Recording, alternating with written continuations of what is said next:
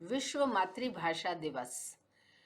ये दिवस न रहे तो फिर तो हम क्या करें, मतलब हम अच्छी बातें करना ही छोड़ दें, फिर हम झगड़ा ही झगड़ा झगड़ा झगड़ा झगड़ा, तू खराब वो खराब वो खराब, यही करते रहे।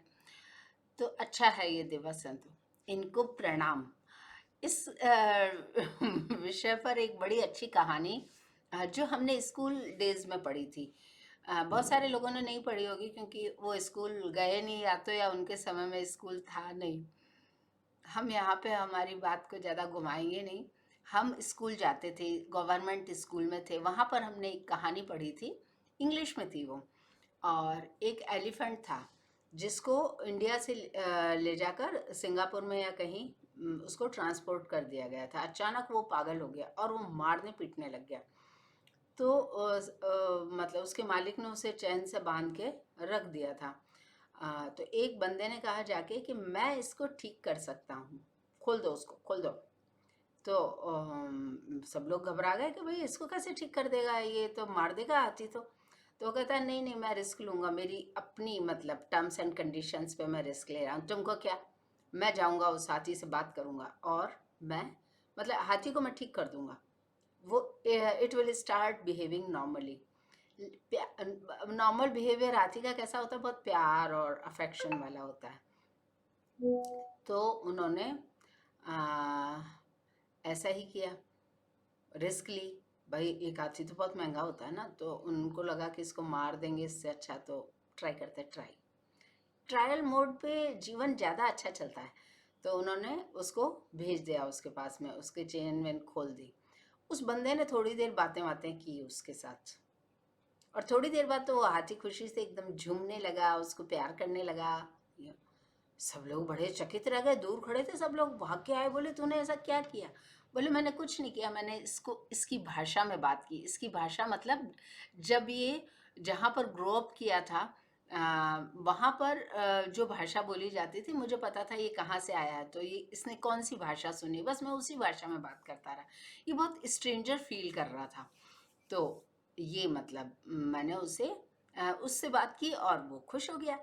तो हाथी को कौन सी ग्रामर सीखी थी, कौन सी उसने मतलब अल्फ़ाबेट सीखे थे, तो हाथी का क्या, वो तो स्कूल गया नहीं, उसने तो पढ़ाई की नहीं। फिर भाषा में जो मात्रा होती है, और उस मात्रा को हर वर्ग अलग तरह से यूज़ करता है। वर्ग मतलब ग्रुप ऑफ पीपल अलग अलग तरीके से उसे यूज़ करते हैं, और वो वहाँ की सोच को विकसित करता है। सोच में मेन जो चीज़ आती है वो इमोशनल वर्ड आता है। इमोशनल वर्ड में अम, बहुत सारी चीज़ें आती है। Emotional word is very tough to describe in one line. हालांकि हम कर सकते हैं लेकिन हम नहीं करेंगे। तो वो मतलब थॉट प्रोसेस को डेवलप करने में इमोशंस की एक अहम भूमिका होती है। और इमोशंस को यदि हम भाषा के द्वारा विकसित करने की सोचें तो उसमें मात्राओं की विशेष भूमिका होती है। मात्राओं को यदि हम समझना चाहें तो लिखते समय तो ठीक है, सब सेम दिखते हैं, लेकिन उसको बोलने में मात्राओं को अलग अलग तरीके से प्रयोग में लाया जाता है। तू कट्ठे जावे, तू कट्ठे जावे, ये सबसे ज्यादा जो बेवकूफ बनाने वाला जो सेंटेंस है ना, वो आई लव यू। चाहे पेरेंट्स हो, चाहे बच्चे हो, चाहे भाई बहन हो, चाहे फ्रेंड्स हो, एक्स वाई जेड, ये हो वो हो, ये ज्यादातर ये शब्द बेवकूफ बनाने, ये सेंटेंस बेवकूफ बनाने के काम आता है। जो समझदार है वो इस सेंटेंस को बोलने वाले के भाव से ही समझ जाता है, पहली चीज। और यदि ये बोलना पड़े तो इससे ज्यादा जीवन को श्राप नहीं। यदि ये किसी को बोलना पड़ जाता है और किसी को सुनना पड़ जाता है तो इससे ज्यादा बड़ा जीवन को कोई श्राप नहीं। जैसे नफरतें बोली नहीं जाती, बिहेव किया जाता है अकॉर्डिंगली, उसी तरीके से प्यार भी है। और ये जो प्यार और नफरतों से ही बनता है एक समाज, एक व्यक्ति का विकास होता है। तो वो भी मतलब मात्राएं उसमें बहुत बड़ा योगदान देती हैं। जब भाषा का विकास होता है तो वो किसको प्यार करती है, किससे नफरत है, इस समय विशेष या स्थान विशेष पर उसकी चुनौतियाँ क्या है, अकॉर्डिंगली मात्राएं भी अपनी स्टाइल बदल देती हैं, अपना रूप बदल देती हैं, अपना रंग बदल देती हैं, और एक नई व्यवस्था खड़ी हो जाती। मात्रा, मात्रा अर्थशास्त्र का शब्द है, लेकिन मात्रा प्राचीन भारत में कहाँ कहाँ कैसे कैसे काम आया, ये एक विषय है। ये एक बहुत खतरनाक विषय है, और खतरनाक विषय है कि इसको जो समझ गया वो सारा सोशल इंजीनियरिंग का विषय समझ जाएगा, और सोशल इंजीनियरिंग में तो समझदार लोगों को तो कुछ लेना देना ही नहीं होता है। ये इजराइल है एक कंट्री, एक फिनलैंड है एक कंट्री, अमेरिका है एक कंट्री, ऐसे कुछ दो चार देश बच गए हैं जिनको सोशल इंजीनियरिंग जैसे विषय से कुछ लेना देना बचा है। बाकी सब तो बोर्ड लगा के खुश हैं, हम तो बहुत खुश हैं जी। तो मात्रा उनके लिए कोई खास बात नहीं रखते, लेकिन मात्रा है जो हमें हमारी मातृभाषा के साथ एक संबंध विकसित करके हमें एक ह्यूमन बीइंग के फॉर्म में, एक जीवन के रूप में विकसित होने का अवसर देती है।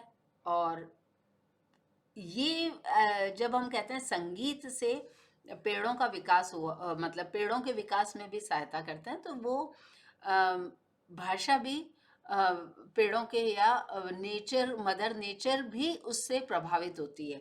एक माली पेड़ को कैसे छूता है, उसकी मिट्टी को साफ करना, निकालना, खाद देना, पानी देना में उसका बिहेवियर कैसा है, वो भी एक बगीचे पर असर दिखाई देता है। तो बगीचे पर असर दिखाई देता है, तो वो जो माली है उस पर मात्रा और भाव और भाषा का भी असर होता है।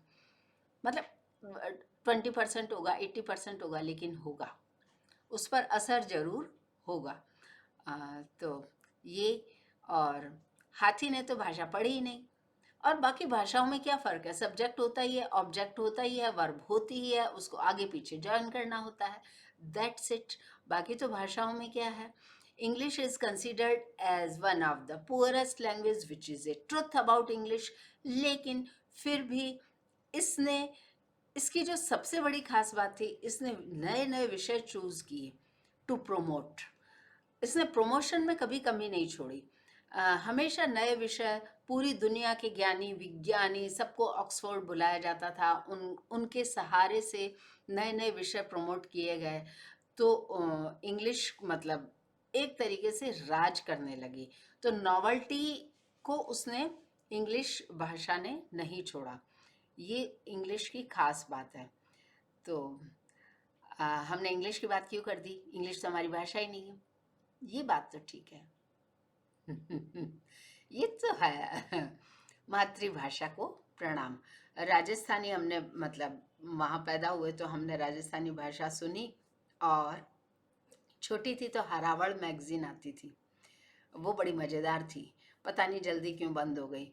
उनके संपादक जो है नंद भारद्वाज जी, उनको हम नमस्ते करते हैं, प्रणाम करते हैं। और उसमें अच्छे अच्छे राइटर्स भी होते थे, तब उन्होंने इंट्रोड्यूस किया। एट इनिशियल लेवल सारी संस्थाएं बहुत अच्छा काम करती हैं, बस वो शुरू शुरू में उनसे हाथ मिलाओ फिर भाग जाओ उनको छोड़ के, बस यही है। और दूसरा ये विजय दांदे था, बिज्जी को हमारा प्रणाम, जिन्होंने हमारी भाषा का जो, उसकी जो कोर फीलिंग है, उसके जो हृदय की अंतरात्मा में बसी हुई जो सुगंध है, उसको बिखेरने का प्रयास किया। सुगंध बिखर जाती है मतलब वातावरण बदल जाता है, वातावरण बदल जाता है मतलब जीवन को प्रणाम। Thanks for being there with me, thank you. जय भारत, सत्यमेव जयते, वंदे मातरम।